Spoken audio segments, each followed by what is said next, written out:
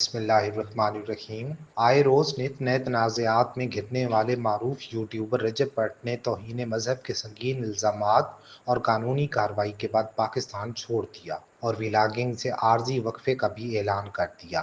رجب but پر الزام ہے کہ انہوں نے اپنی ایک ویڈیو میں مبینہ طور پر اسلامی شخصیات کی توہین کی ہے، جس پر ان کے خلاف لاہور ہائی کورٹ میں درخواست بھی دائر کی گئی۔ تازہ میڈیا رپورٹس کے مطابق رجب بٹ پاکستان چھوڑ کر نامعلوم مقام پر منتقل ہو چکے ہیں اور ان کی بیرون ملک روانگی نے سوشل میڈیا پر ایک بار پھر نئی بحث چھیڑ دی ہے۔ رجب بٹ نے جمعرات کی شب ٹک ٹاک پر لائیو سیشن کے دوران اس بات کی تصدیق کی کہ وہ وقتی طور پر ولاگنگ کا سلسلہ روک رہے ہیں۔ انہوں نے کہا کہ میں اپنی والدہ کی اجازت کے بغیر اب کوئی نیا ویڈیو ولاگ اپلوڈ نہیں کروں گا۔ میری والدہ موجودہ حالات سے سخت پریشان ہیں اور وہ مجھے ایئرپورٹ تک چھوڑنے آئیں۔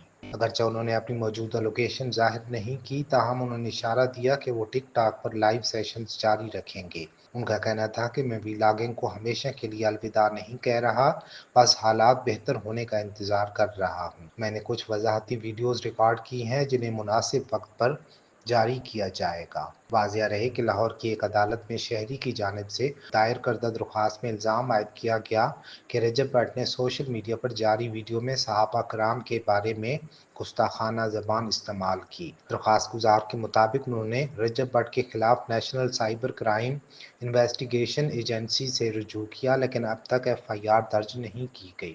یاد رہے کہ یہ پہلا موقع نہیں کہ جب رجب بٹ کسی قانونی تنازعہ میں پھنسے ہوں۔ گزشتہ 6-7 ماہ کے دوران کئی تنازعات کی زد میں وہ آ چکے ہیں۔ مئی میں ایک ویڈیو وائرل ہوئی جس میں انہیں اور ان کے ساتھیوں کو ایک نوجوان پر تشدد کرتے ہوئے دکھایا گیا۔ متاثرہ نوجوان نے بعد ازاں قانونی کارروائی کے لیے پولیس سے رجوع کیا، تاہم رجب بٹ نے معافی مانگ لی اور اسے غلط فہمی قرار دیا۔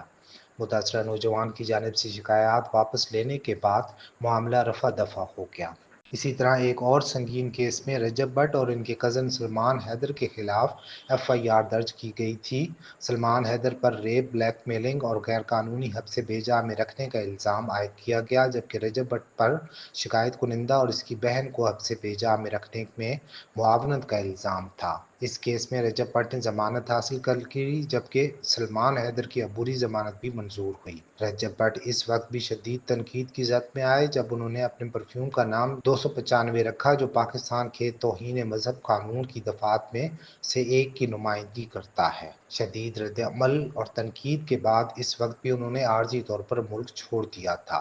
اس سے قبل جنوری میں رجب بٹ کو اپنی شادی کے اگلے ہی روز شیر کے بچے کی غیر قانونی ملکیت اور اسلحہ کی نمائش پر گرفتار کر لیا گیا تھا۔ مزید برآں رجب بٹ معروف یوٹیوبر ڈکی بھائی اور ندیم نانی والا کے ساتھ ایک online paid course platform launch کرنے پر بھی سوشل میڈیا پر شدید تنقید اور ٹرولنگ کا نشانہ بنے تھے۔